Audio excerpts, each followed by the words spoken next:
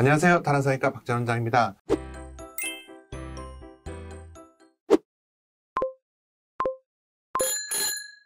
지난번에 이어서 내과 전문의 안지현 선생님을 모시고 오늘은 심혈관계 질환과 모발이식 수술의 연관성에 대해서 한번 얘기를 나눠보도록 하겠습니다. 선생님 안녕하십니까? 안녕하세요. 아스피린을 복용하는 경우에 혈액 응고를 억제하기 때문에 수술 전에 중단하라고 권하는데 며칠 전부터 중단을 하고 다시 복용은 언제 하는 것이 좋은지, 주의점이 있으면 어떤 것이 있는지 의견을 여쭤보고 싶습니다.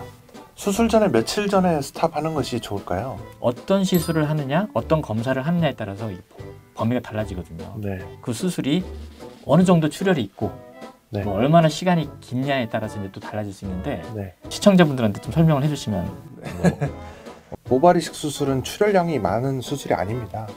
근데 역설적이게도 수술할 때 출혈을 얼마나 줄이느냐가 또 수술의 성패와 관계가 있어요. 모발을 삽입하기 위해서 딱 찌르잖아요. 그러면 집어넣는 모낭과 주변 사이에 피떡이 새로 혈관이 자라 들어오는 것을 막아버리는 원인이 되기도 하거든요. 이런 것들이 있어서 출혈을 잘 조절하는 것이 성공적인 모발이식 수술의 성패를 상당히 좌우하기도 합니다. 그래서 저는 이제 3일 전 72시간 정도를 스탑하시도록 권하고 있는데 그 정도 하면 되나요? 잘하고 있는 건지 모르겠네요. 네. 내과 입장에서는 이분이 어떤 이유로 네. 아스피린을 드시고 있냐 네. 이런 게 이제 중요하거든요. 사실은 굳이 안 드셔도 되는데 이거 먹으면은 내 친구들도 그렇고 네. 많이들 먹던데 영양제처럼 심장이나 뇌 보호할 수 있다던데 라고 드시는 분들은 3일, 네. 5일 심지어 뭐 이번 기회에 그냥 끊어도 될 것 같다라는 네. 말씀을 드리고요. 네. 굳이 안 드셔도 되는 분들은 그리고 이미 심근경색증이나 뇌졸중을 앓았다고 하더라도 이게 꽤 오래되신 분들이 있어요.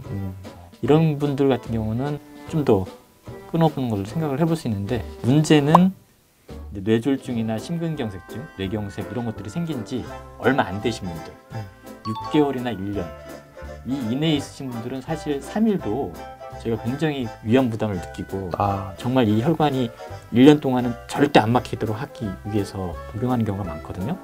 그런 분들은 약을 끊는 게 하루 이틀 끊는 것도 위험할 수 있기 때문에 좀 요 탈모 치료를 한 1년 뒤로 미루고 이제 중간에 아스피린 끊는 거는 저희가 권장하지 않고요. 실제로 그런 논문들에서도 권장하고 있지는 않습니다.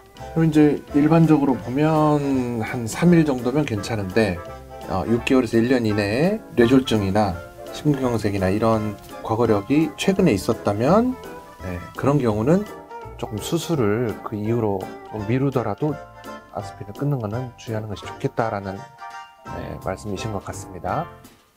또 만에 하나 끊었다고 하더라도 다시 드실 경우는 바로 이제 그 다음 날부터 가능하면 드시는 것이 왜냐면 끊었다라고만 생각을 하고 이걸 막 1주, 2주 계속 끊는 경우가 있거든요. 그러다가 실제로 사고가 나서 이제 문제가 되는 경우가 있어요. 그리고 또 하나는 와파린이 있지 않습니까?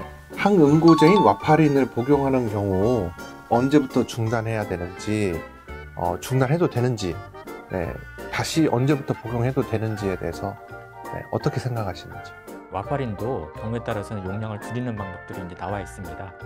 그래서 갑자기 확 끊는 거는 권장을 하지 않고 대부분의 경우가 만약에 좀 출혈의 위험 부담이 있다고 하면 5, 6일 정도부터 3분의 2나 4분의 3 용량으로 줄이고 한 이틀 전부터는 반으로 줄인다든지 그렇게 해서 항고 효과를 좀 줄인 상태에서 수술하는 거를 해볼 수 있다. 왜냐면 이 와파린이 줄이더라도 반감기라는 것이 있어서 낙효가 굉장히 오래 가거든요.